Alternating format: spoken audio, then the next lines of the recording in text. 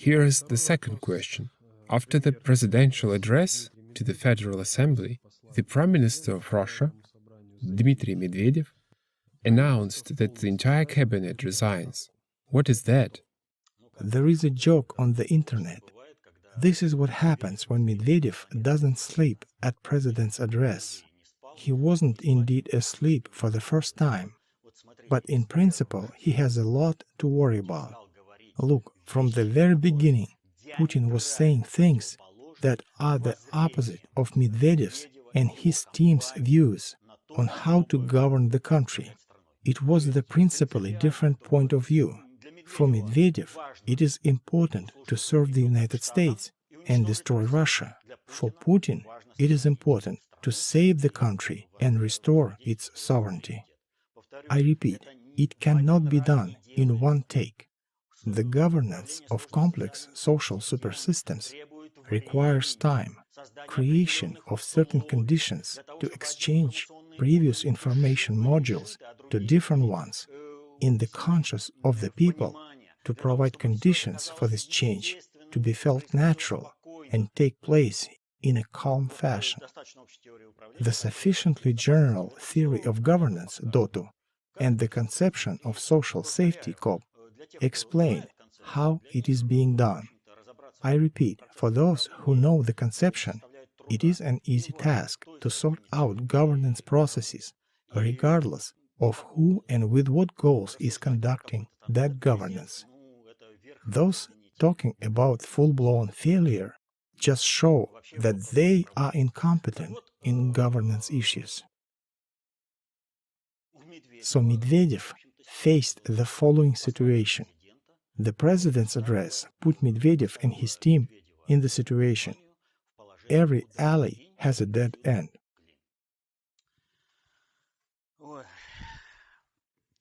What is the point here? Let's recall Zyuganov's statement last year, when he said that we need to be ready for the snap election of the president. Zyuganov spilled the beans about a very important thing. Even Kommersant, a liberal newspaper, noticed it and reluctantly published a small but informative and rather interesting article. What is it about? The fact that on December 12th, Alexander Voloshin, the leader of the clan cooperative group, quote-unquote, the family, became a member of the expert board by the government of Russian Federation, didn't pass by the attention of the patriotic community. This event marked the fact that the clan cooperative group, the family, went all in. They needed a state coup at any cost. The situation became so urgent that Alexander Voloshin returned to state governance. He was in shade, but now he came out openly. The urgency of the processes dictated that. They intended to fully discredit Putin, conduct a state coup, kill Putin by a firing squad, and enjoy, as they think, the holy 90s. When in Russia there is bloodshed, Americans are like pigs in clover. An American soldier tells them, "Good, good, now get lost." That would be a sure signal that happiness is finally here for Dmitry Medvedev and Alexander Voloshin. Thus, a state coup was needed. Everybody understood the reality of that coup, which was in the wind. But why was there suddenly a sharp change in the tone? The thing is that despite being of whatever idiots, they couldn't help missing the fact that mass media in the West started a very serious information support campaign for Mishustin. A particularly noticeable point was that media outlets mobilized for that task were the media related to the global level of governance, the Financial Times, for example. They couldn't help but understand that in the confrontation of the global elite and the US country elite, the latter is losing side with no alternative. They have only a chance to win if the state coup attempt and the following civil war in Russia are successful. Otherwise, the global elite will cut them off and Mishustin will be a prime minister. They had to hurry. But Hozevich was quicker. Here is an excerpt from Monday Begins on Saturday by Strugatsky brothers. Cristobal Hozevich Junta, head of the Meaning of Life department, was a remarkable man, but apparently completely heartless. They said that the corner was occupied by a magnificently executed stuffed figure of one of Cristobal Hozevich's old friends, an SS Führer in full-dress uniform with monocle, ceremonial dagger, iron cross, oak leaves, and other such appurtenances. Junta was an excellent taxidermist. According to Cristobal Hozevich, so was the Standartenführer. But Cristobal Hozevich was Sooner. He liked to be a Sooner in anything he undertook. He liked to get everywhere first, always and in all things. In other words, the family gang lost it. They missed the chance. They understood that the global elite was not going to play games. Governance processes require knowledge, so they walked away. But what is the most important thing? This maneuver and this address became possible only for one reason. Putin achieved an agreement with the global elite. They need to stabilize the world. They need to cut off all American lapdogs in the world. Otherwise, there will be a global catastrophe on the planet Earth, and life will cease to exist. American lapdogs don't understand it. They think that the Golden City is Washington, and the sun is rising in Washington. And as long as they serve Washington well, they have nothing to worry about. In Washington, the US country elite thinks that if they continue to govern the world, they will luxuriate as usual at the expense of the whole world, and they couldn't care less what will happen after that. But the global elite care. They want to save civilization. The most effective manager today is Putin. He is the only statesman who conducts global politics and is conceptually powerful, the only one on the planet.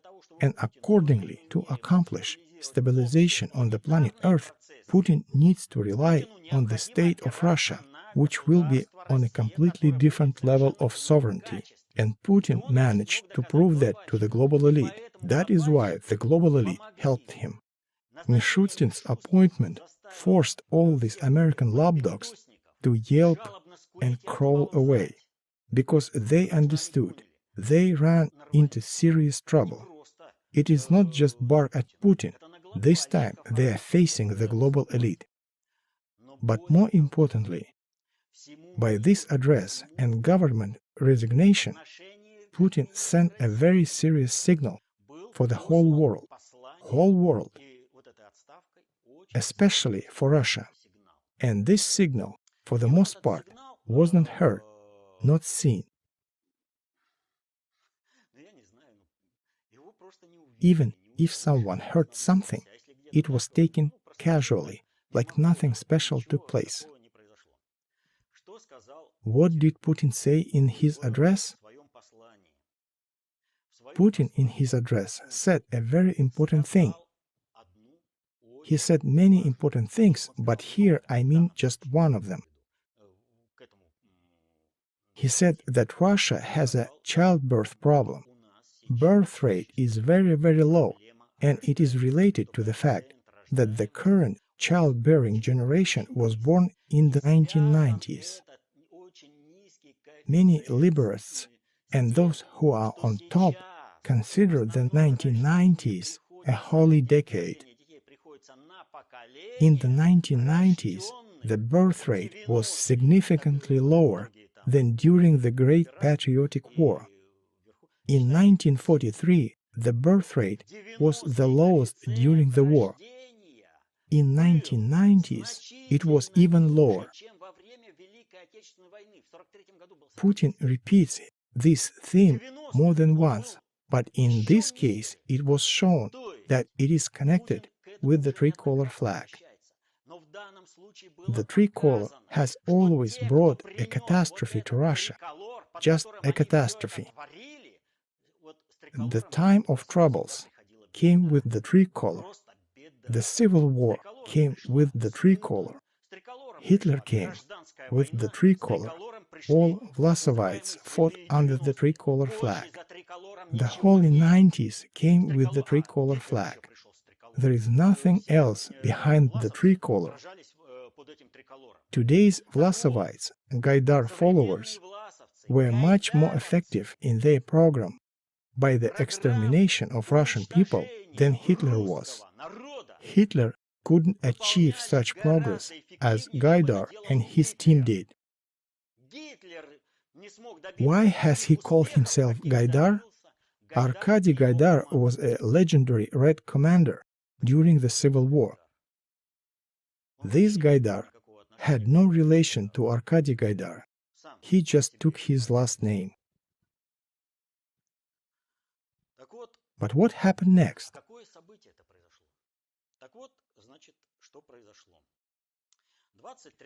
On December 23rd, there was an announcement that the presidential address will be on January 15th. But on December 26th, there was an announcement that the Gaidar Forum will start on January 15th.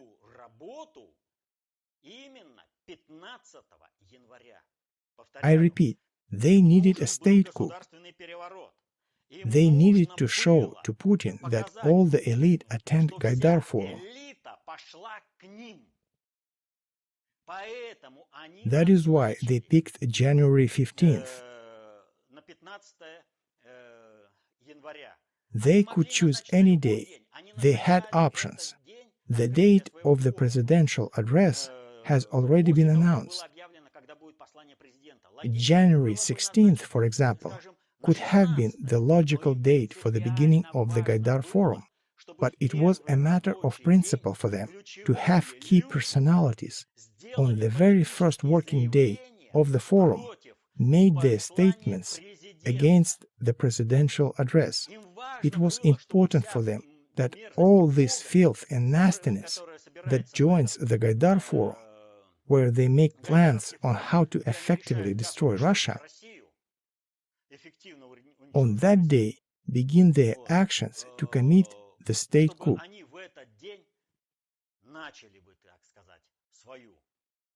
It was chosen as the first day of the state coup.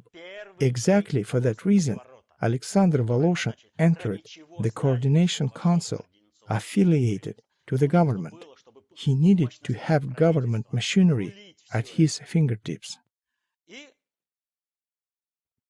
And what happened? The following happened.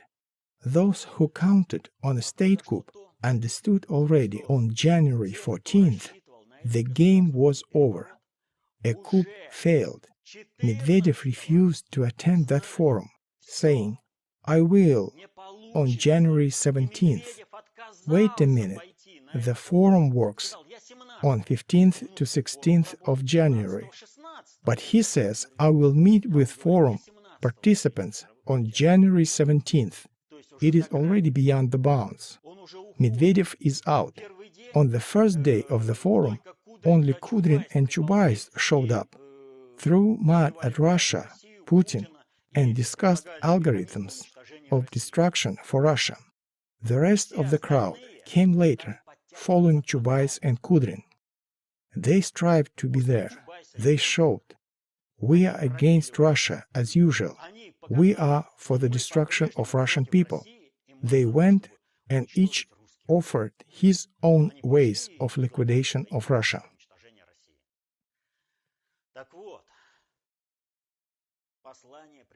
The presidential address, Mishustin's appointment, and other things washed off all this Western-oriented elite down the drain.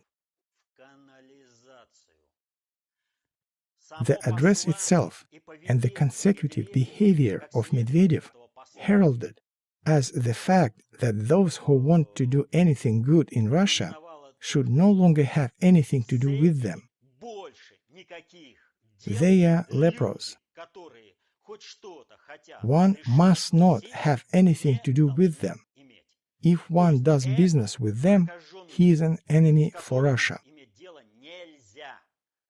Russia won't cooperate with him, because he declared war on Russia.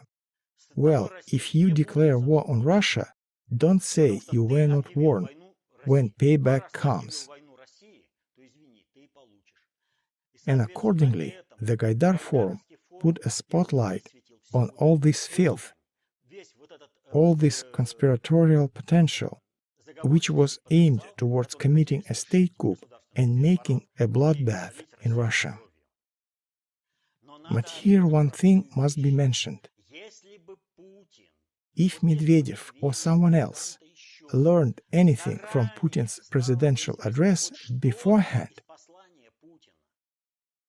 Putin won't be successful with this maneuver.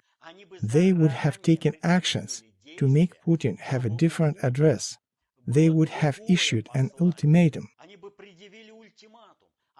But Putin seized the initiative and imposed his agenda. But I repeat, to be able to do it, Putin had to endure for 20 years, keeping his mouth shut and creating the system. And now, when time is right, this maneuver is performed. Why did American lapdogs pick this date for the opening day of the Gaidar Forum? Just because the global elite helped them. Sure, let's do it. Why? The global elite needed to show that days of all American lapdogs worldwide are coming to an end. This is it. For anyone to have business with the US country elite means his death certificate, and it was demonstrated through conducting the Gaidar Forum. That is what can be said regarding Russian government's resignation. And again, every point here can be unfolded and detailed. But for those who know the conception of social safety corps and the sufficiently general theory of governance, Dotu, all of it is an open book. For all the rest who don't know, to read, study, become conceptually powerful, and obtain managerial competence, which means to understand on their own how complex social supersystems are governed.